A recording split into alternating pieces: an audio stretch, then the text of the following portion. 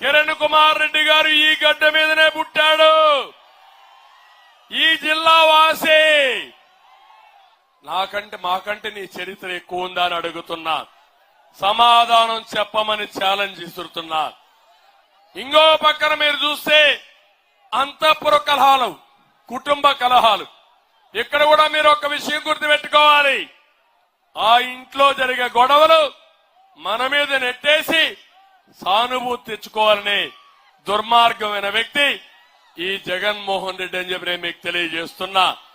వాళ్ళ ఇంట్లో మీరు ఒకసారి ఆలోచించండి. వివేకానంద రెడ్డి, రాజశేఖర్ రెడ్డి రామలక్ష్ములుగా ఉండేవాళ్లు. అన్న ఏం చెప్తే తమ్ముడు చేసేవాడు. నేను అడుగుతున్నా, వివేకానంద రెడ్డి ఎమ్మెల్సీగా ఓడించింది జగన్మోహన్ రెడ్డి, భాస్కర్ రెడ్డి, అవినాష్ రెడ్డి అవునా కాదా తమ్ముళ్ళు అని అడుగుతున్నా. మీరు కూడా ఓటేశారు. అప్పుడు ఎమ్మెల్సీకి ఓటేశారు అవునా కాదా? ఓడించి తర్వాత వివేకానంద రెడ్డి చాలా స్పష్టంగా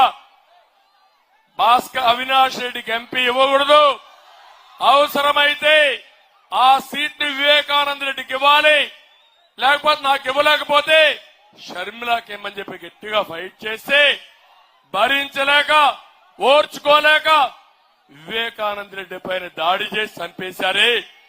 అదే ఆయన కూతురు అడుగుతా ఉంది సమాధానం చెప్పమని. అంటే కుటుంబం అంతా వాడుకున్న తర్వాత ఏ విధంగా ఎలిమినేషన్ చేశారో మీరే ఒక్కసారి ఆలోచించండి. ఇంకొక విషయం ఇది కూడా మీరు గుర్తుపెట్టుకోవాలి. ఎందుకంటే ఒక వ్యక్తి కావాలని అక్కలు, చెల్లెళ్ళు, అన్నలు, తమ్ముళ్ళు, తాతలు, అవ్వలను మాట్లాడుతూ మనల్ని మోసం చేసే దగాకోరు ఈ జగన్మోహన్ రెడ్డి అని చెప్పి మీకు తెలియజేస్తున్నా. నేను అడుగుతున్నా, తల్లి గొప్పనా? కొత్తగా వచ్చిన భార్యతో ఇచ్చేసి తల్లికి పూర్తిగా అన్యాయం చేసింది నువ్వు మమ్మల్ని మాట్లాడుతున్నావు. అంటే ఇక్కడ ఒక విషయం గుర్తుపెట్టుకోండి. అవినాష్ రెడ్డి మేనత్త జగన్మోహన్ రెడ్డి గారి అత్త, ఆయన భార్య తల్లి. అదే మాదిరిగా భారతి గారి మేనత్త అవినాష్ రెడ్డి గారి తల్లి కుండ మార్పిడి. ఈ జిల్లా వాళ్ళకందరికీ తెలుసు, రాష్ట్రమంతా తెలియాలి.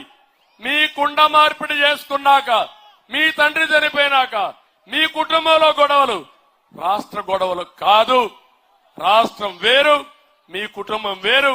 ఆ గొడవలుంటే మీరు తేల్చుకోండి, కానీ మా మీద తోయిద్దని గట్టిగా హెచ్చరిస్తున్నానని చెప్పి కూడా నేను మీకు తెలియజేస్తున్నా. నేను ఈ విషయాలు మీకు ఎందుకు చెప్పానంటే, ఇతను ప్రతి ఒక్క ఎలక్షన్ లో ఏదో అమాయకుడిగా ఫేస్ పెట్టి మోసాలు చేసి తర్వాత ఘోరాలు చేసే ఘరానా అంతకుడు కాబట్టి మీకు ఈ విషయాలు చెప్తున్నా. దయచేసి ప్రతి ఒక్కరూ ఈ విషయాలు గుర్తుపెట్టుకోవాల్సిన అవసరం ఉంది. ఇక్కడికి వచ్చినప్పుడు నేను ఒకటే ఈ రైల్వే కోడూరులో మిమ్మల్ని అందరినీ కోరుతున్నా. ఈరోజు పవన్ కళ్యాణ్ గారు ఇక్కడ ఉన్నారు. నిస్వార్థంగా ఆయన రాజకీయాల్లోకి వచ్చాడు, రాష్ట్రం కోసం పనిచేస్తున్నాడు. నేను మిమ్మల్ని కోరేది ఒకే ఒక కోరిక. ఇక్కడ జనసేన అభ్యర్థి శ్రీధర్ గారు ఉన్నారు. గుర్తు గాజు గ్లాసు అఖండ మెజార్టీతో గెలిపిస్తామని మీరందరూ చెప్పాల్సిన అవసరం ఉంది. ఇక్కడ ఎమ్మెల్యే ఉన్నాడు, ఒక స్మగ్లర్ డెన్ గా తయారు చేశాడు. 5 ఏళ్లలో వేల కోట్ల రూపాయలు విలువ చేసి ఎర్ర చందనం దొంగిలించిన దొంగలు ఇక్కడ ఉన్నారు. ఒకటే చెప్తున్నాం, కూటమి వస్తానే వీళ్ళందరికీ బేడీలేస్తా, ఎవరిని వదిలిపెట్టను, తప్పకుండా వీళ్ళ దగ్గర రికవర్లు చేస్తామని చెప్పి కూడా నేను మీకు తెలియజేస్తున్నా. ఎంత దుర్మార్గులు అంటే, చిత్తూరులో ఎర్ర చందనం స్మగ్లింగ్ చేసే వ్యక్తికి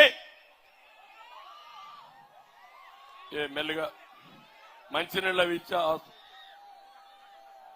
ఎర్ర చందనం స్మగ్లింగ్ చేసే వ్యక్తికి ఎమ్మెల్యే సీట్ ఇచ్చిన దివాళా కోర్ పార్టీ ఈ జగన్మోహన్ రెడ్డి పార్టీ అని చెప్పి కూడా నేను మీకు తెలియజేస్తున్నా. అక్రమ మైనింగ్ జరిగింది, అది చేస్తాం. బెస్తపల్లి చెయ్యేరు ఇసుక రీతుల నుండి అక్రమంగా ఇసుక కూడా దోచేస్తున్నారు. ఇవన్నీ కూడా చేస్తాం. ఇది కాకుండా కోడూరు వెంకటగిరి రోడ్డు విస్తరణ పనులకు పూర్తిగాక ట్రాఫిక్ జామ్ అయిపోతా ఉంది. ఈ రోడ్డు విస్తరణ కూడా పూర్తి చేస్తాం. ఇక్కడ మామిడి, బొప్పాయి, అరటి సాగు ఎక్కువ, ప్రాసెసింగ్ యూనిట్స్ వస్తే ఎక్కువ ఆదాయం వస్తుంది. తప్పకుండా కోడూరులో వ్యవసాయ ఆధార పరిశ్రమలు పెట్టి ముఖ్యంగా పండ్ల నుంచి ఏదైనా గాని ఏవైతే ఉన్నాయో ఫుడ్ ప్రాసెసింగ్ యూనిట్స్ అన్ని పెట్టే బాధ్యత మాది. దీనికి ఏ విధంగా సబ్సిడీస్ ఇవ్వాలో ఇచ్చి పెద్ద ఎత్తున